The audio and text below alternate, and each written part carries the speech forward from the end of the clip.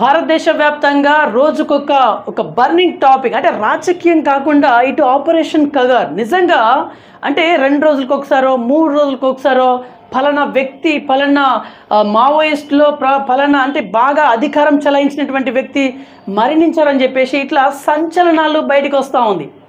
వాస్తవానికి ఆపరేషన్ కగార్ వెనకాల ఉండేటువంటి అసలు రహస్యం ఏంటిది?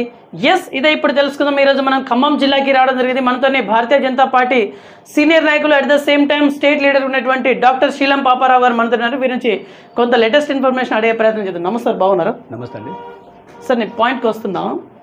అది ఇదేం లేదు, ఆపరేషన్ కగార్ ఎందుకు చేస్తున్నట్టు ఇది మీరు?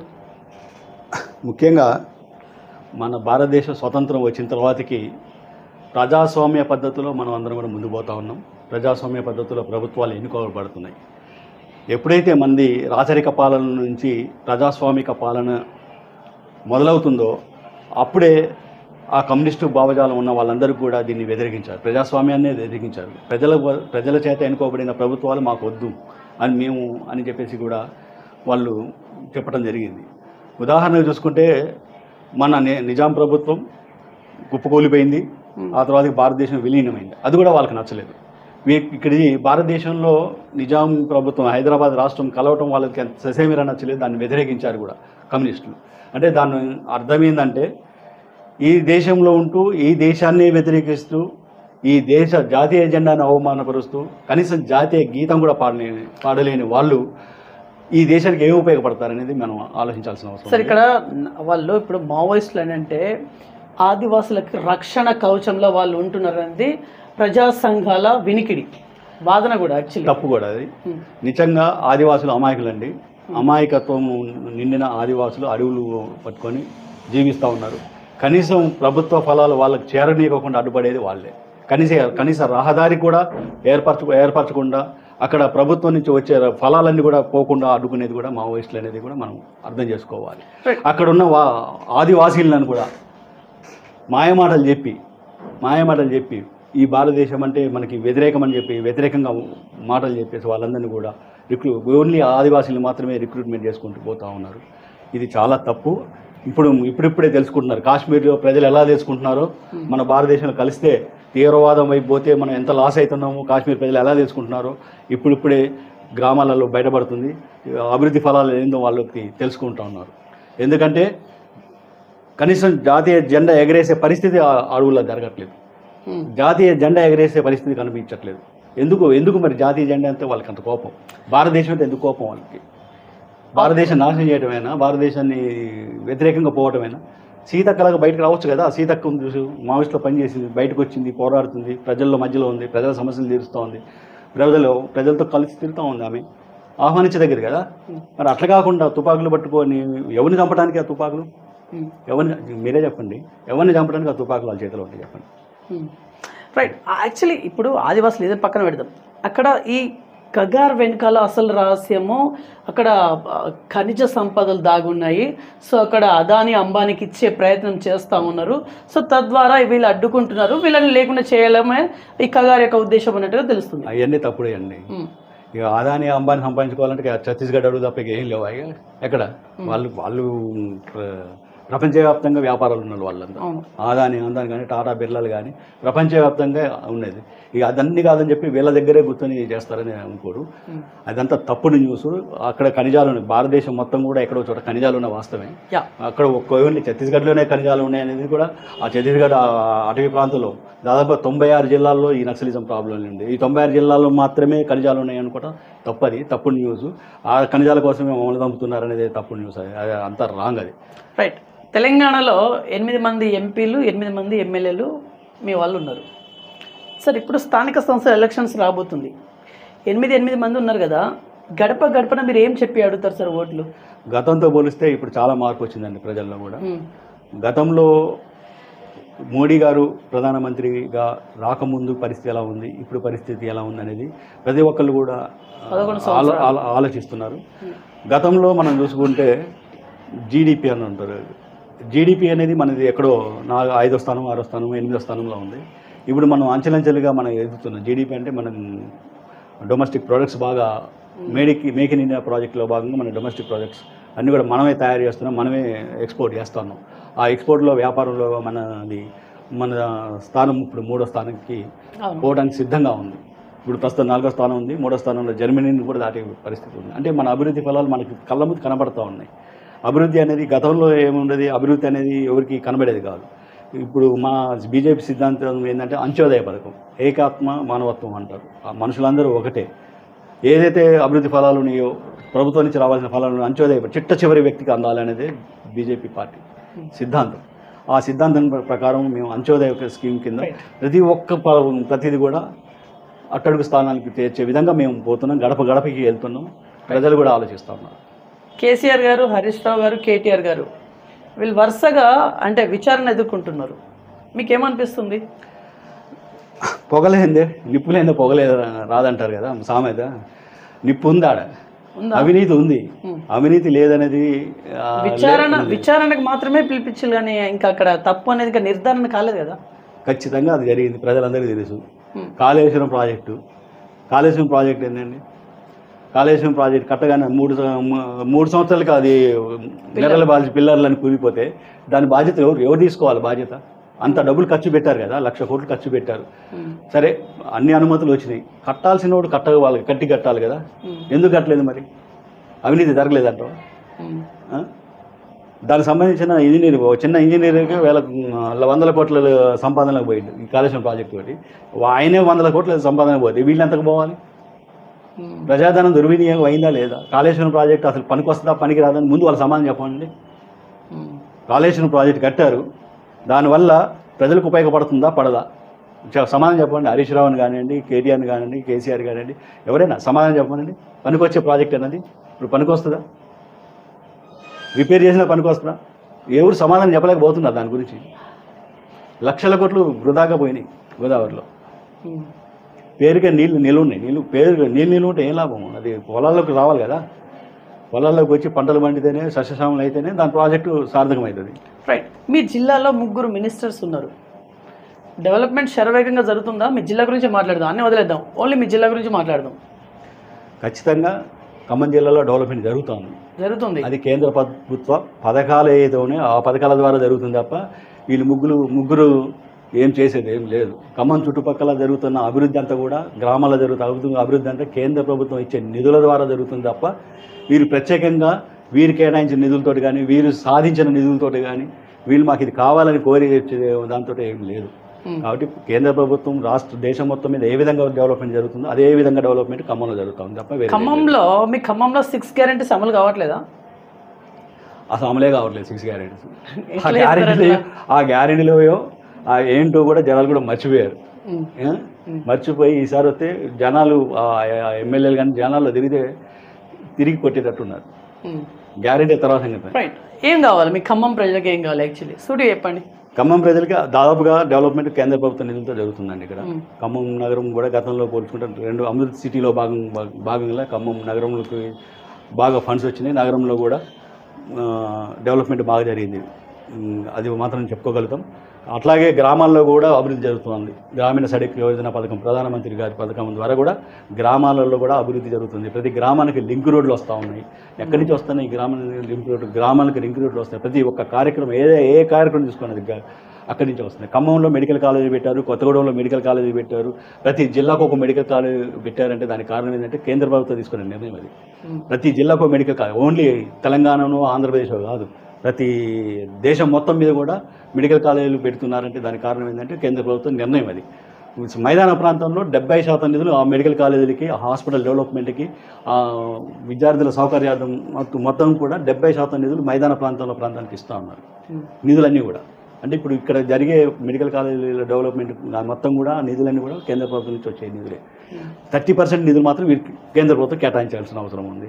అలాగే కొండ ప్రాంతాల్లో ఉంటాయి, అస్సాం కానీ, మన హిమాలయ ప్రాంతాల్లో కానీ, ఇటు పక్కన మేఘాలయ, అస్సాం, త్రిపుర, ఇటువంటి కొండ ప్రాంతాల్లో మాత్రం 90% నిధులు ఇస్తుంది మెడికల్ కాలేజీలకి. మెడికల్ కాలేజ్ 600 హాస్పిటల్స్ నిర్మించడానికి 90% నిధులు కేంద్రం ఇస్తుంది.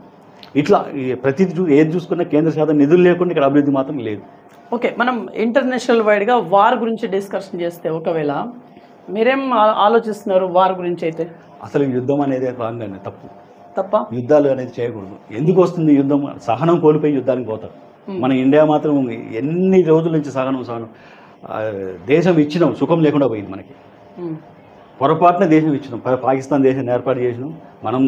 మన పెద్దలే చేసింది, మన పెద్దలే పాకిస్తాన్ బంగ్లాదేశ్ ఏర్పాటు చేసింది, అంతే కదా. మనది ఒకప్పుడు అది అంతర్భాగం, మన భాగం మనమే ఇచ్చినాం.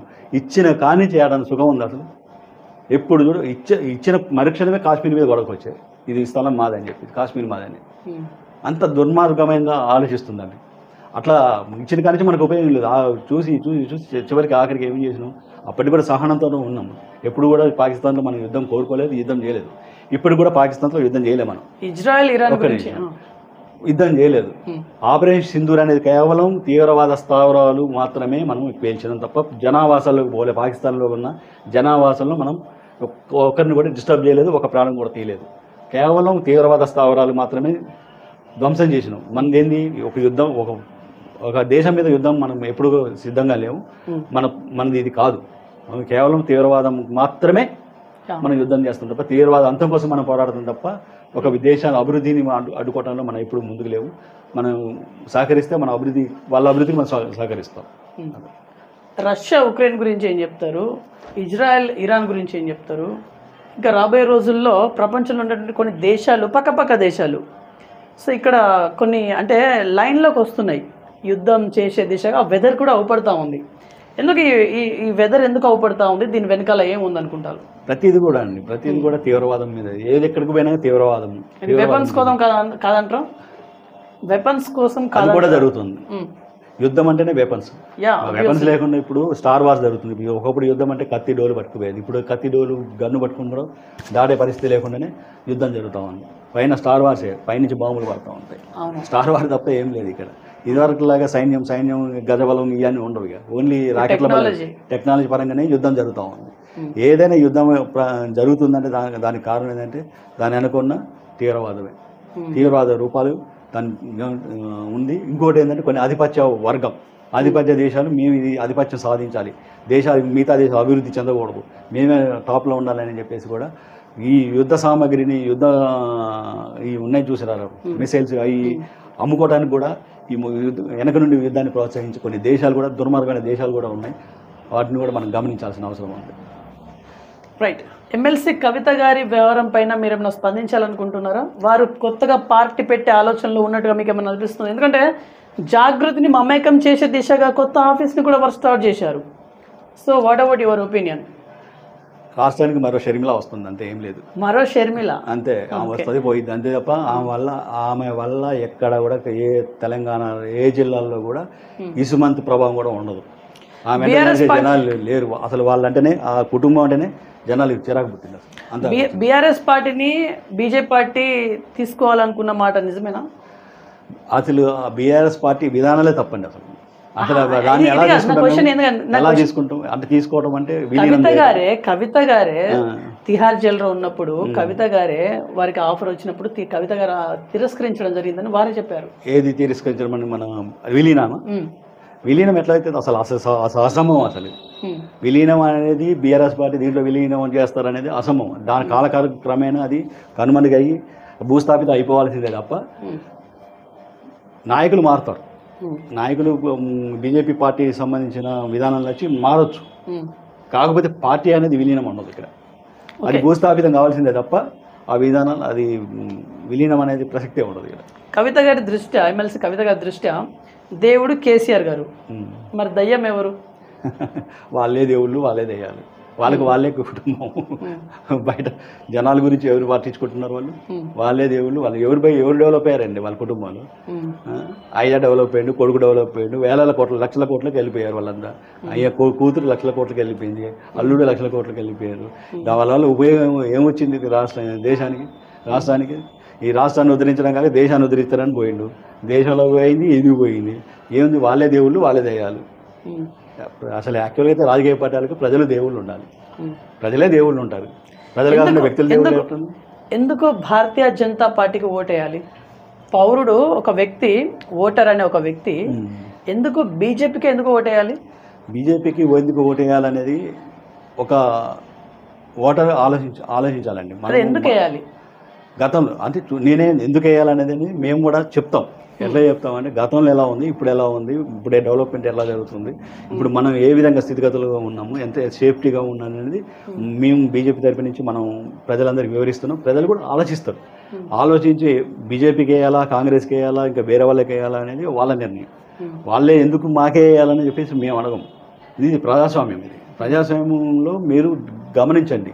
బీజేపీ పార్టీలో ఉన్నప్పుడు డెవలప్మెంట్ అయిందా, అంతకుముందు ఎట్లా డెవలప్మెంట్ అయింది, వేరే పార్టీలు ఎట్లా ఉన్నాయి అని చెప్పేసి మనం మా ప్రచారం మేము చేసుకుంటాం తప్ప అల్టిమేట్ నిర్ణయం వాళ్ళది. వారు ఏ పార్టీకి వేస్తారనేది ఎవడు నాడి పట్టలేదు మనం. నాకు తెలిసి అయితే ఇప్పుడు అంతా మారుతుంది. ప్రజలందరూ బీజేపీ వైపు చూస్తున్నారనేది ఒక ఆలోచన మాది. కాంగ్రెస్ 18-19 నెలల ఇంచుమించుగా 18 నుంచి 19 నెలలు అవుతుంది ప్రజాపాలన. ఈ పాలన పైన ఓవరాల్గా మీ గ్రాఫ్ ఏందనుకుంటారు? అసలు గ్రాఫే స్టార్ట్ కాలే. మీరే గ్రాఫ్ అంటున్నారు కానీ అసలు గ్రాఫే స్టార్ట్ కాలే. అసలు కాంగ్రెస్ పార్టీ గవర్నమెంట్ ఉందా లేదా, ప్రజలకు అందుబాటులో ఉందా లేదా అనేది అసలు ఎవరికి అర్థం కావట్లేదు. అసలు సీఎం రేవంత్ రెడ్డి హైదరాబాద్ తప్ప ఎక్కడ పర్యటనలు చేసిన లేదు. పర్యటనలు చేస్తే కొట్టేటట్టున్నారు. అసలు గ్రాఫే స్టార్ట్ కాలేదు వాళ్ళది. ఇంకా గ్రాఫ్ ఉందా, డౌన్ అవుతుంది. అసలు పెరిగితే కదా డౌన్ కావాలి. 6 గ్యారెంటీస్లో ఏం ఇవ్వట్లేదు ఇక్కడ. ఏదో ఉచిత బస్సు ఇచ్చిండే అది ఒకటి, అంటే ఇంకేముందా? ఏది ఇచ్చినా సెంట్రల్ గవర్నమెంట్ స్కీమ్స్ ఇచ్చిన పథకాలే మారుతున్నాయి. సెంట్రల్ గవర్నమెంట్ ఆవాస్ యోజన పథకం కింద ఇల్లు ఇస్తుంది. దానికి 5 లక్షల రూపాయలు ఫండ్ ఇస్తూ ఉంది ఒక ఇంటి నిర్మాణానికి. దాని పేరు మార్చారు, ఇందిరమ్మ ఇల్లు అని పెట్టుకుంటున్నారు. సొమ్ము ఒకటి సోగొకటి అనే ఒక సామెతలాగా పేరు మార్చుకుంటున్నారు. అంతే తప్ప వాళ్ళు సొంతంగా చేసేది ఏమి లేదు అక్కడ. ఆయనే చెప్పి నన్ను పోతే రూపాయి రాదని చెప్పి. ఒక ముఖ్యమంత్రి అనేవాడు, ఒక గుంపు మేస్తారు అనేవాడు సంపద సృష్టించాలి. మన రాష్ట్రంలో సంపద సృష్టించే విధంగా విధి విధానాలు ఉండాలి. అయితే రేవంత్ రెడ్డి గారు ఆ విధి విధానాలే లేవు. అసలు డబ్బులు నుంచి వస్తాయి.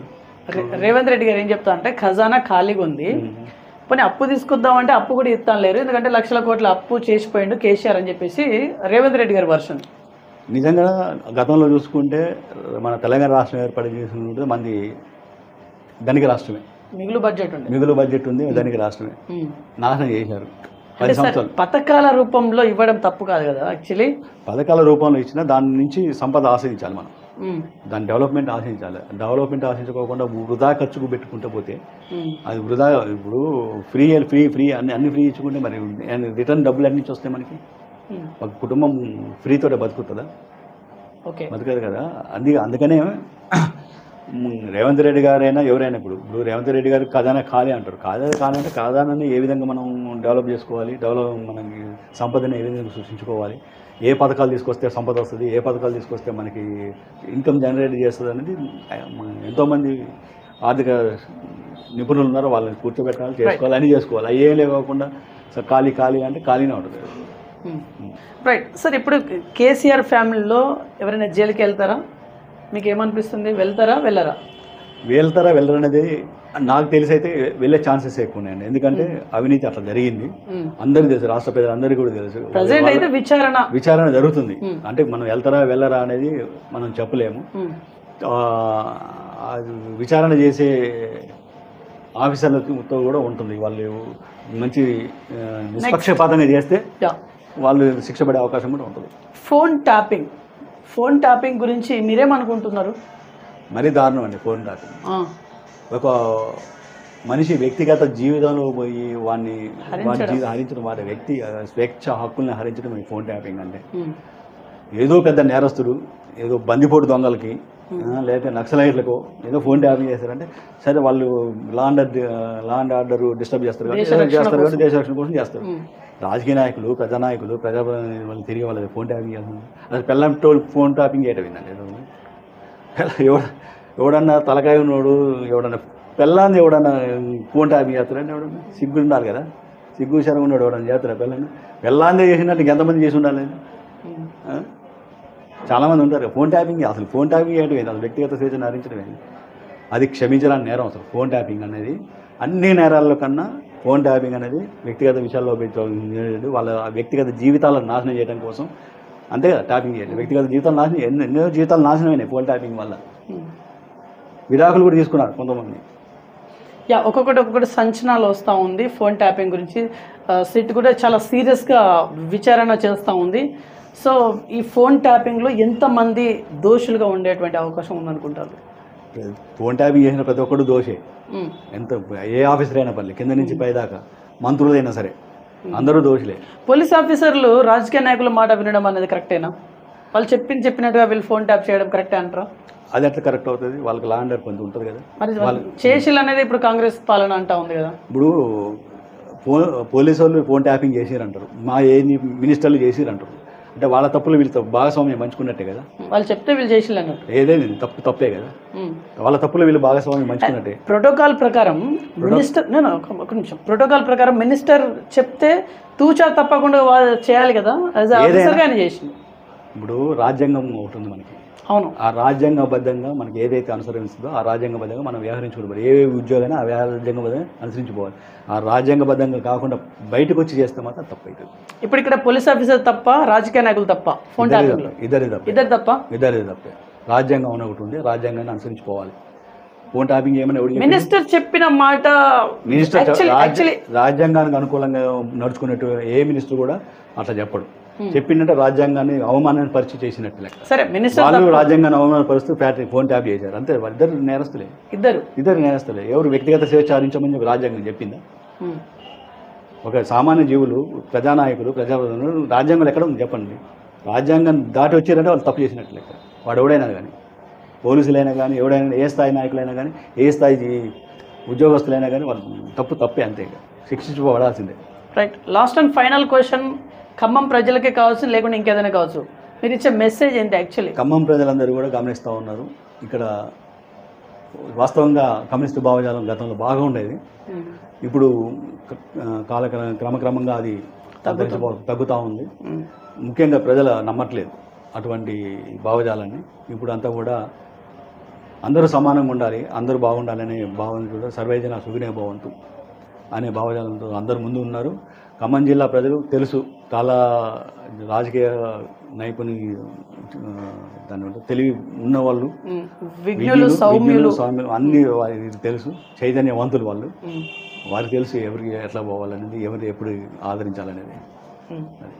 సో ఇది రైట్. సో ఇది వాళ్ళ ఇన్ఫర్మేషన్. చూస్తున్నాను BVR TV news. Until then బాబాయ్, టేక్ కేర్.